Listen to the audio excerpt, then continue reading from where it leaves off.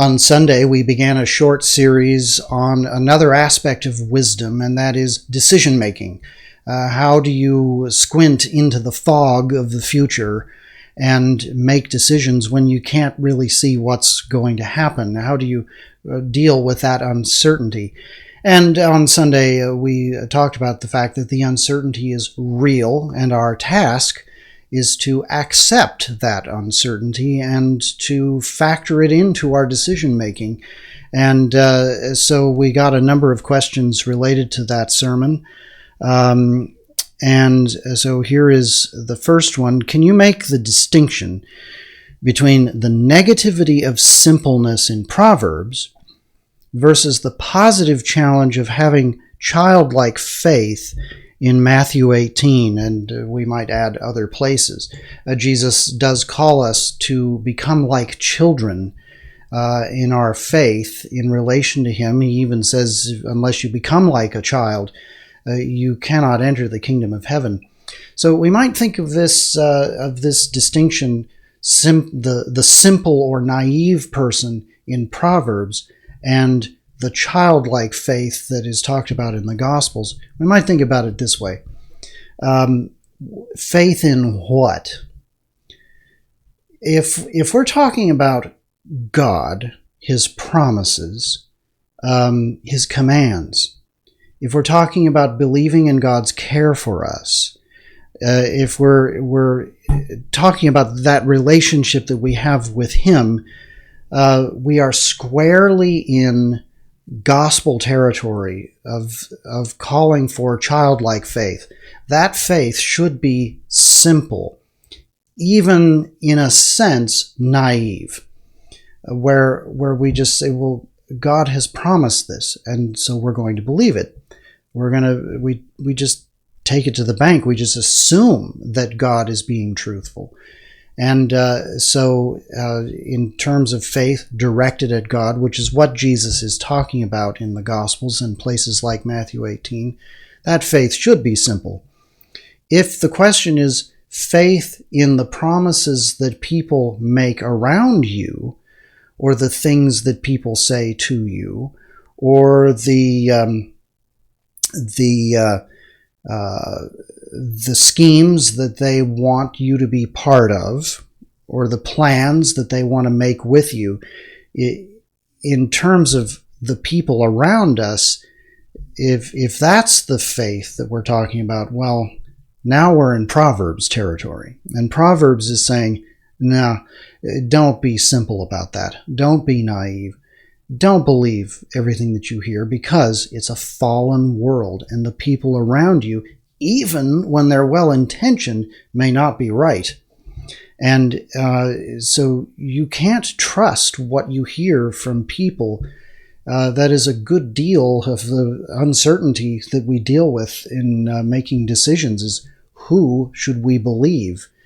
Right down to, where do you get your news? Do you believe what you read in that post on X? Can you believe what you saw in that video? Or do you believe what you heard from this person when they were talking about gossiping about somebody? Proverbs is saying, no, you can't believe any of that stuff. You shouldn't put naive confidence in any of it. And so this is a distinction between confidence in people versus confidence in God. The Bible would say very clearly, and I think Proverbs would say, be simple in your trust in God. The simpler you are there, the better. But people and plans and promises in this world, not so much. It's all fallen. So that's a bit of the distinction we're working with there. Depends what you're talking about putting your faith in. Another question. I have experienced that most Christians are not good receivers. Can you speak to the wisdom in the balance of giving and receiving? So on Sunday I was talking a lot about a decision that Bridget and I had to make, where an elderly woman, we were negotiating to buy her car, and we realized that she was going to give us the car. And we thought, well, this is a challenging situation because we didn't want to take advantage of her in a vulnerable time of her life. And so a lot of the subtleties and uncertainties of that decision were around receiving a gift from someone. So I should say that you're right in this question. A lot of Christians, and I am very uncomfortable receiving gifts. It's something that we're just not comfortable doing when we're in need. We'd rather provide for our own needs. We'd rather be givers. I think on the whole, that's a good place to be. The New Testament describes generosity and giving from the point of view of the giver. It is a good thing to be a giver, and it is also good to receive. So it happens that we've been in a season in our life, Bridget and I, of receiving a lot, and because of cancer in our lives and just the season we're in, we have needed a lot of help and a lot of practical help. And, even people giving financial help and all of these things. And I'll just be honest, I'd rather be a giver than a receiver. I don't want to be constantly receiving help. I want to be giving it. So that said, there is a time, and we have been in that time for about a year and a half now, of saying, oh, this is our moment. We are going to receive this help. And we're also going to remember it for the future so that, as they say, you can pay it forward. That's kind of a karma thing. I don't like that. But the idea that to whom much has been given, much will also be required. So there's going to come another time in our lives, we believe, where we will be more givers than receivers. And that day will come. But it is a tension in the Christian life where an ethic in the Christian life that doesn't get enough attention, as far as I'm concerned, is the fact that we are called to work and bear our burdens, provide for our needs, provide for our families. That's plan A. That's how this is supposed to work. But that doesn't mean that we shouldn't be prepared to humble ourselves and say, this isn't a plan A time. This is time for another kind of provision, and all of that is appropriate too. So a good question about that. I don't know how useful that answer is, but that's just a little perspective on it.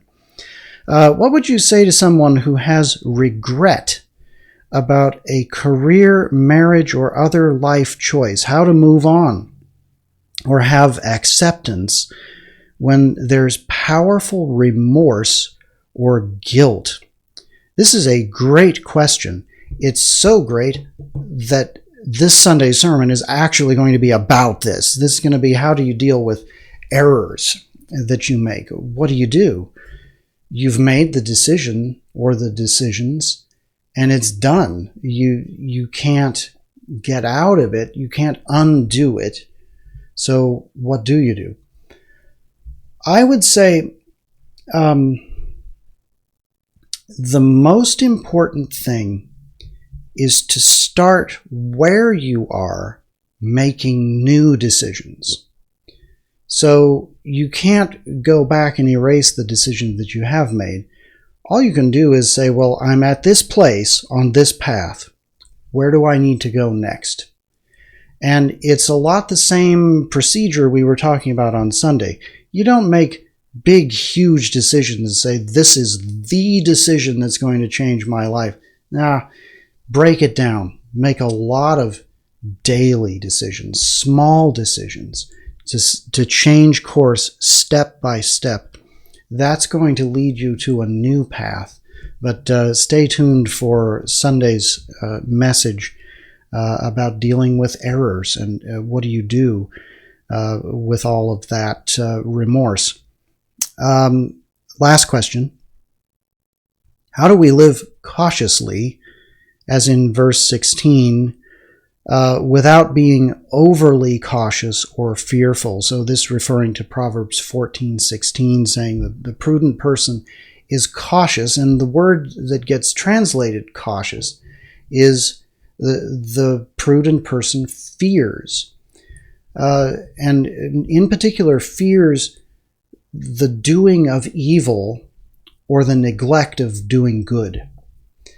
And so this is a kind of baseline emotion, a gut level emotion of saying, I don't want to do wrong in this situation.